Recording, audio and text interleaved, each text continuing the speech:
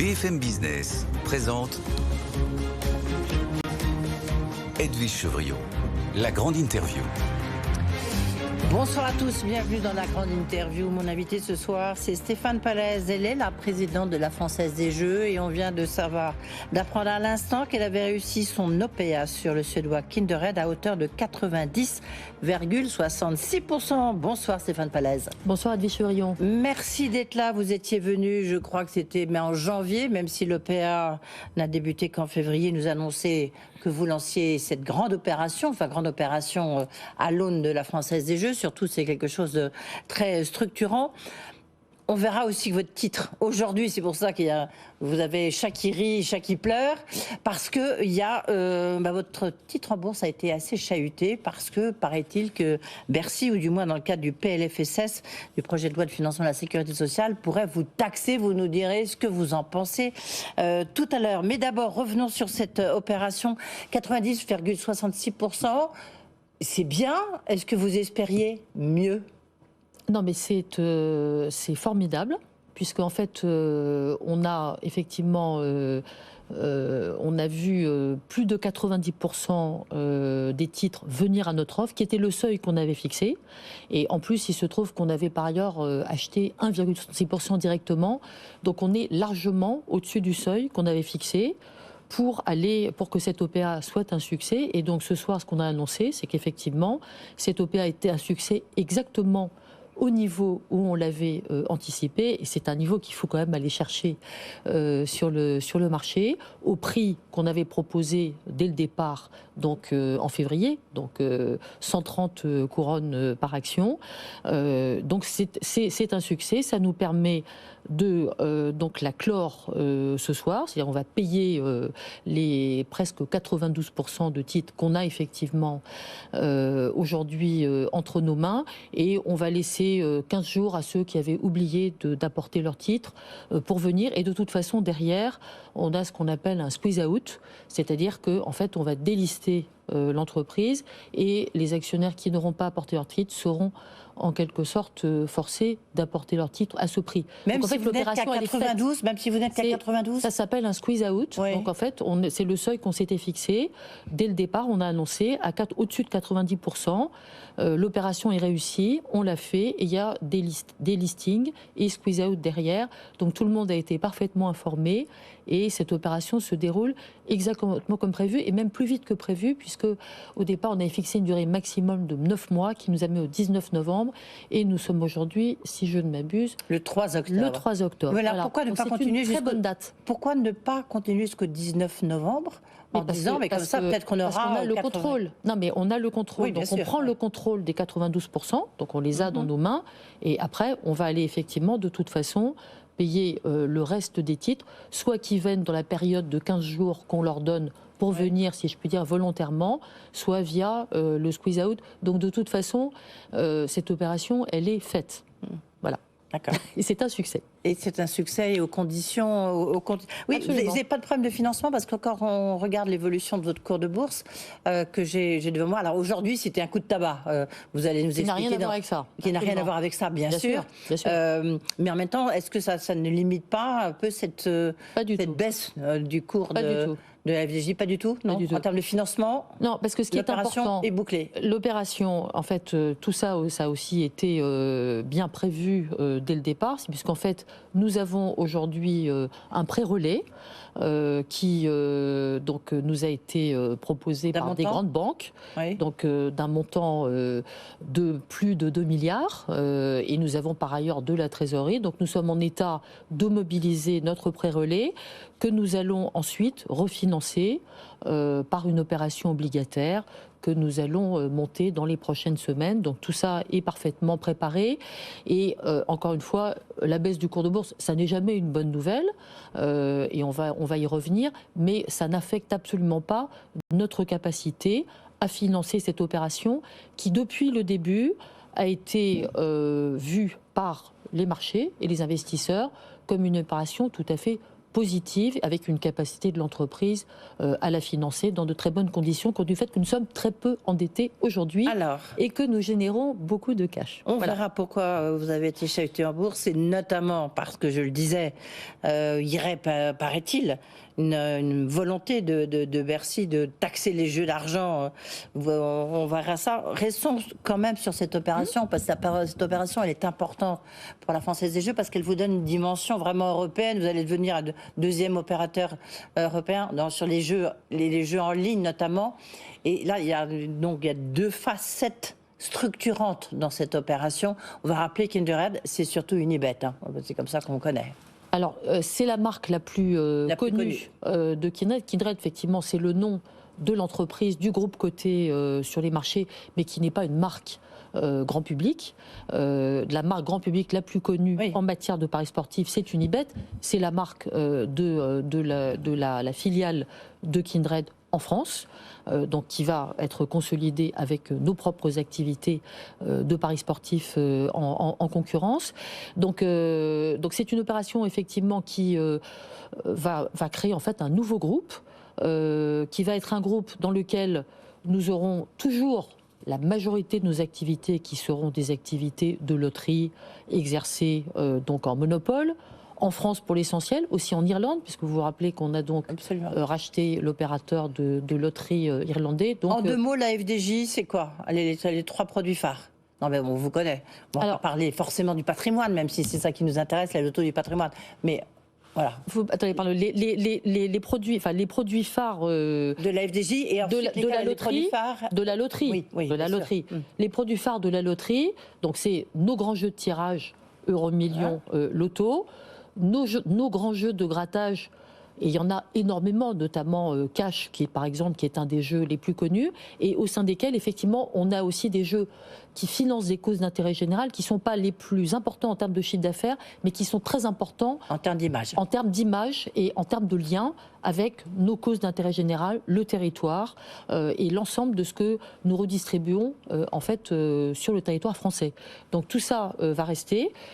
Et à côté de ça, on est en train, avec Kindred, de consolider, mais en passant à une taille complètement différente, une activité de paris en ligne en concurrence que nous avions déjà en France avec Parions Sport en ligne et qu'on avait augmenté avec la création d'une activité de poker en ligne et l'achat de The Turf. Donc on avait déjà une base en France. Voilà.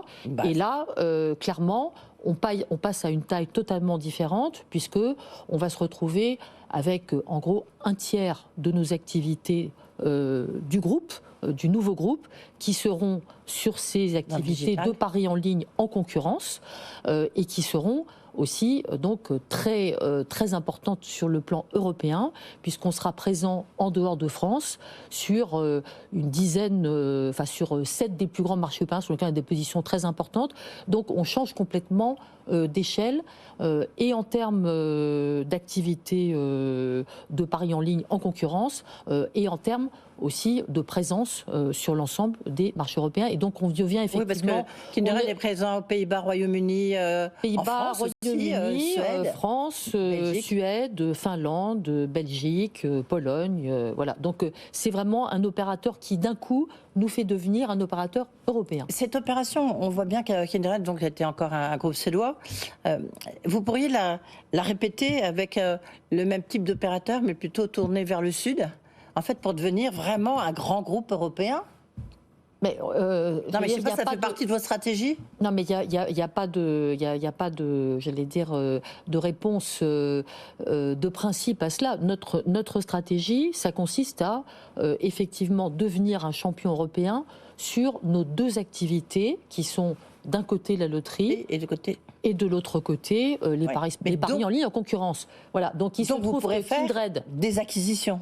Nous pouvons faire d'autres acquisitions, sachant que cette opération donc, nous conduit, encore une fois, comme on l'a dit au début, à nous endetter d'une manière qui est tout à fait raisonnable. C'est 2 milliards dans de bonnes conditions. On va emprunter de l'ordre de 2 milliards. Ouais.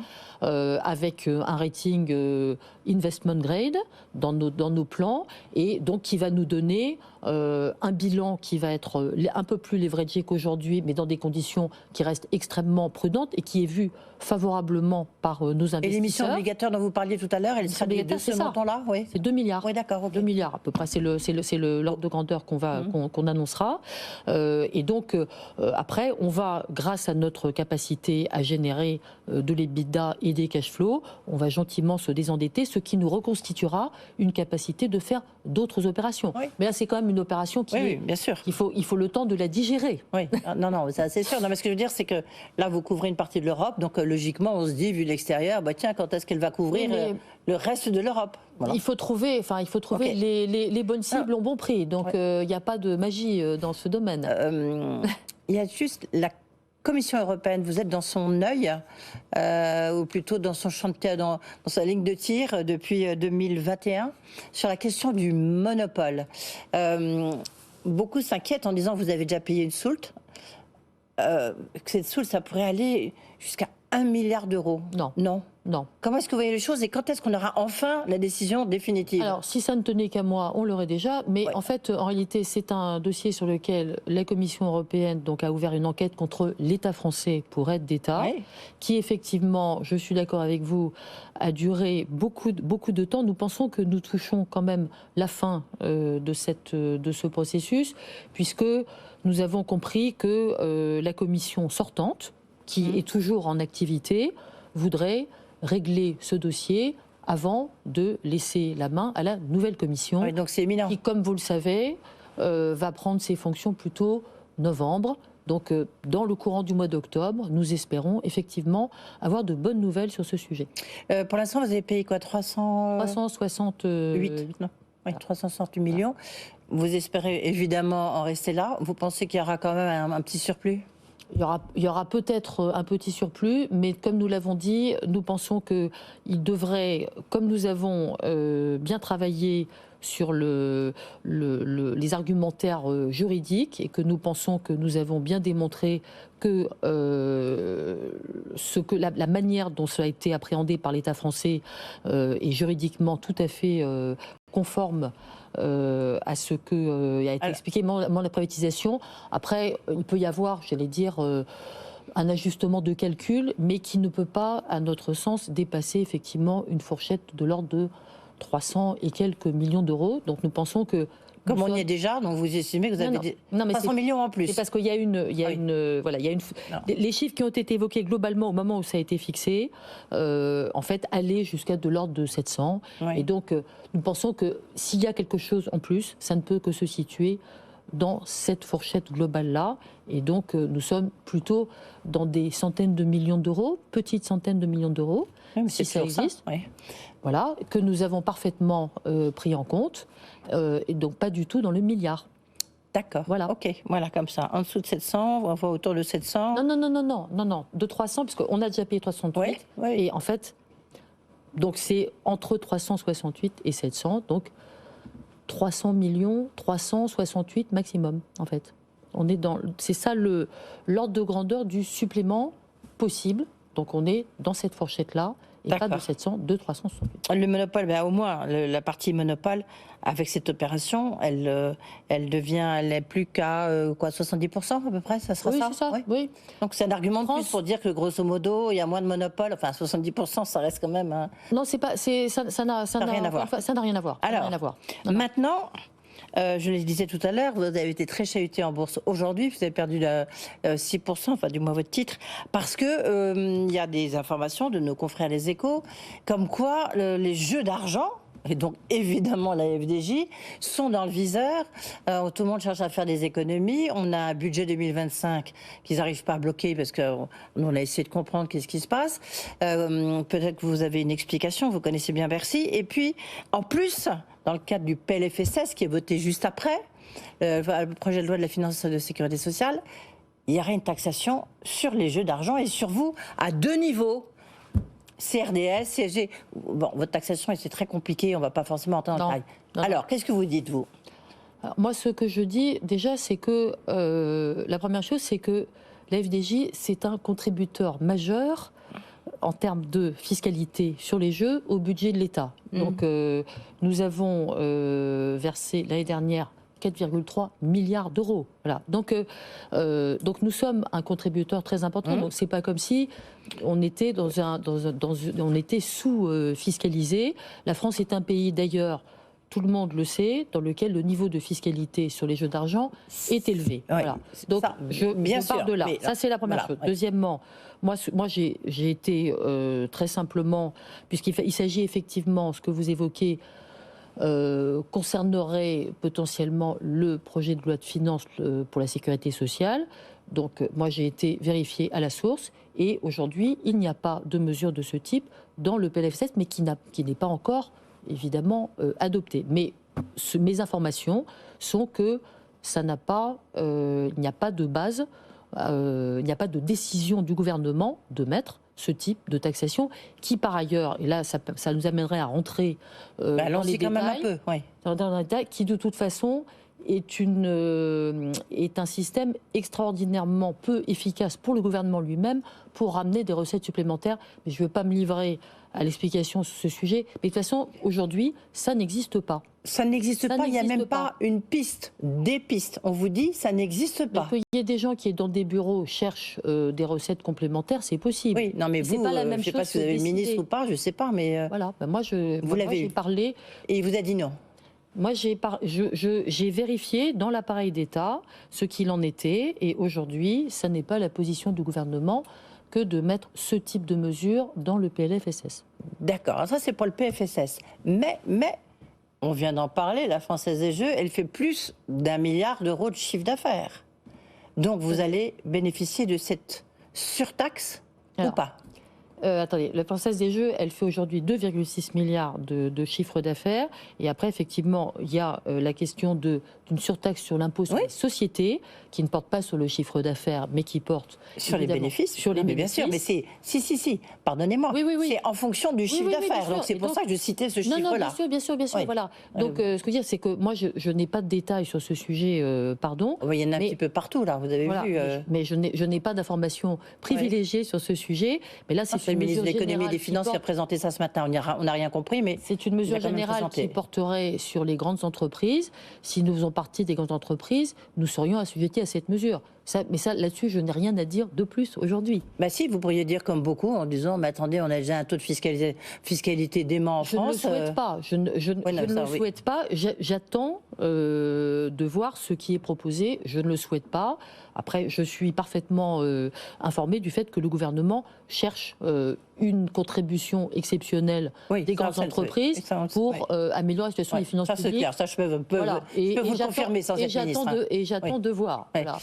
Stéphane Pallez, juste en conclusion, le fait d'imaginer cette taxation, notamment sur les jeux d'argent, en fait, l'idée derrière, ce serait de freiner, enfin, de mettre un peu un terme à cette folie des jeux d'argent. Qu'est-ce que vous en pensez sur la cause, la raison? Alors, je pense que tous ces argumentaires sont totalement n'ont aucun fondement, puisque de toute façon, ce que nous voyons autour de nous, c'est que le niveau de taxation n'a rien à voir avec les sujets d'addiction. Voilà. Donc ça ne marche pas. Par ailleurs, la France reste un pays en matière de jeu qui est un pays régulé de manière stricte. Et je pense que c'est bien, dans lequel le jeu excessif reste limité. Donc je pense qu'on n'est pas du tout sur le bon sujet. Cherchez ailleurs, vous l'avez compris. Merci beaucoup Stéphane Pallez, qui a réussi à hauteur de 90,66% son OPA. Merci.